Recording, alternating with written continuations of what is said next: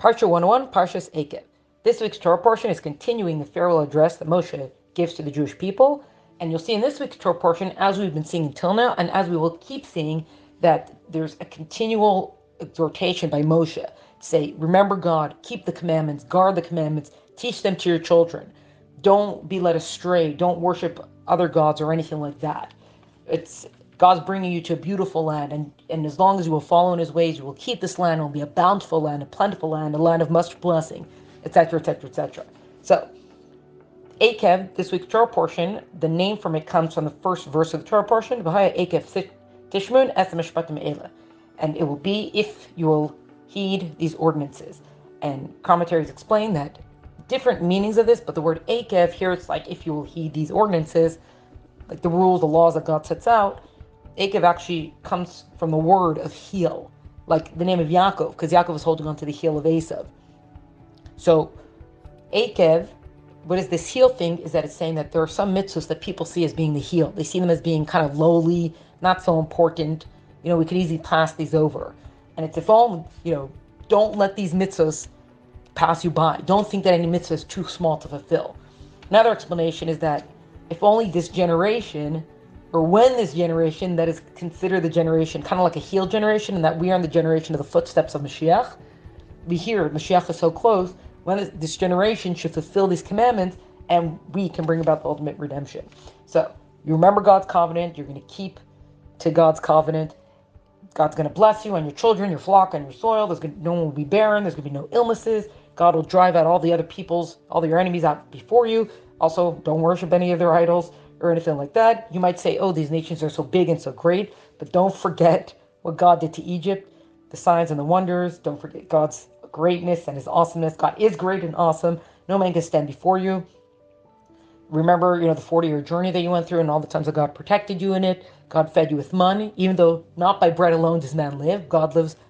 Man lives by the word of God, by what God says, because God's in control. Also, you know that in your heart that just as a man chastises his son, sometimes so does God chastise you.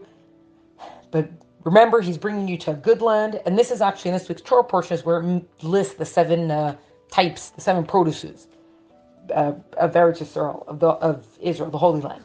That's wheat, barley, grapevines, figs, pomegranates, olives, specifically oil-producing olives. And then it says honey, but it's like /date/fig honey, which you get dates from, as the 7th one over here. This is also the Torah portion which says, you shall eat, you should be satisfied, and you should bless God, which is where the mitzvah of grace after meals comes from. Blessings that are said before eating are rabbinical in origin, but the grace after meals specifically comes from the Torah. And it's right here in this week's Torah portion. Another thing that we have from this week's Torah portion is that it gives the warning that because you're going to be so successful and everything is going to be so bountiful and you're going to have so much blessing, don't forget who gave it all to you. Don't fall into the trap of saying that it was the strength and the might of my own hand that accumulated all this for me. Remember that everything comes from God. And kind of in line with that, but sort of on the flip side of it, remembering and knowing that everything comes from God, remember that holiness is kind of it. And don't ever think that there's anything that could come in the way of holiness. Don't think that something can stop you from doing something, that what you've got to do, in the sense that believing that, the outside world and these outside pressures and what society demands, this comes in, it's in conflict and all these things. That's an exile mentality. An exile mentality says that holiness does not override everything else, and that there might be a force that's great enough to oppose holiness. That cannot be. Holiness is from God, and God is it.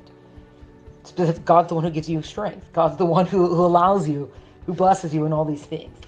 Also, one thing that Moshe adds is don't think that God's going to drive away all these other nations specifically because you're so righteous. It's specifically because they're so wicked that God's going to be like, that's it, you're out of the land. And also because of this covenant that God made with your forefathers. It's kind of like, don't be so self-assured.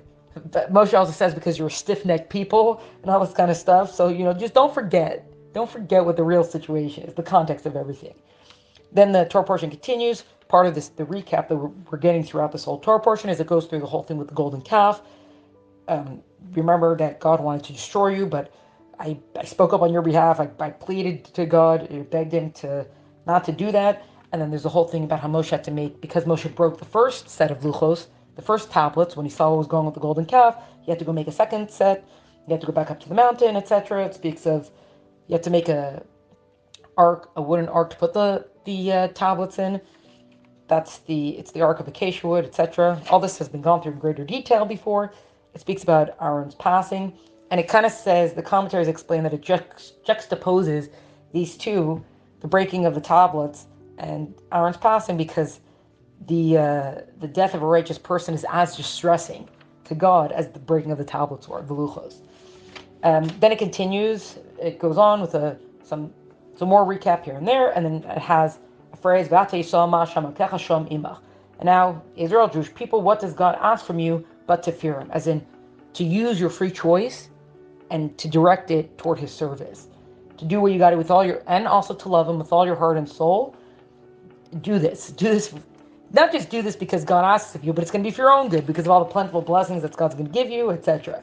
Remember that all the world is God's, and he chose your forefathers and their descendants, as in he chose you too. Know that God can't be bragged, with kind of things. He does justice on behalf of the widow, the orphan. He loves the ger, the convert, the foreigner. You also should love the ger. You were once strangers in a land that wasn't yours, as in Egypt.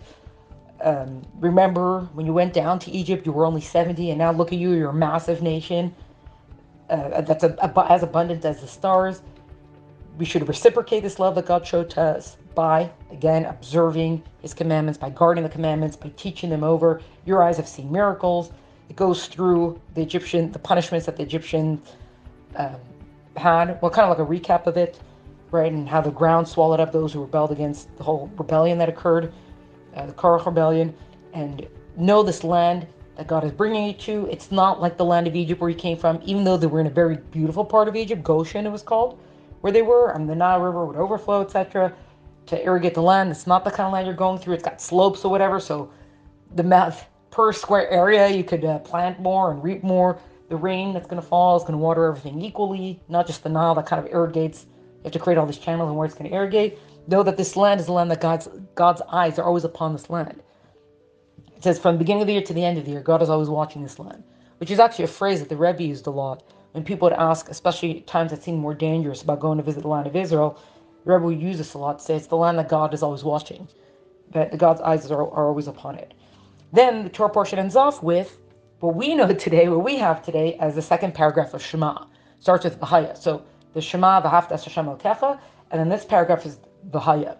This paragraph is also versus the first paragraph of Shema, Shema Yisrael Hashem Elokeinu Hashem Echad, which is written in the singular. The Haya paragraph is written more in the plural. So it's kind of like speaking to the community at large to follow and heed the commandments, and the rain will come in its time, and everything will be beautiful, blessing, etc.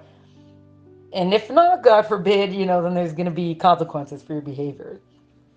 The Baal Shem Tov, so the father of Chassidus, in kind of a short description, the Baal Shem Tov said that when it speaks about don't turn away from God, it's not just, some people say don't turn away from God and don't serve idols. The Baal Shem Tov says that even just turning away from God is already like a form of idolatry, because it's giving credence to anything else. It's calling something else like a lesser deity, because a person then is subconsciously or unwittingly, or even consciously, giving power to something like wealth, power itself, prestige, knowledge, anything like that. It's saying like, oh, this is it. Like, this is the thing we should be striving for and aiming for, and give it some sort of like deity status, kind of like in a worshipful kind of sense.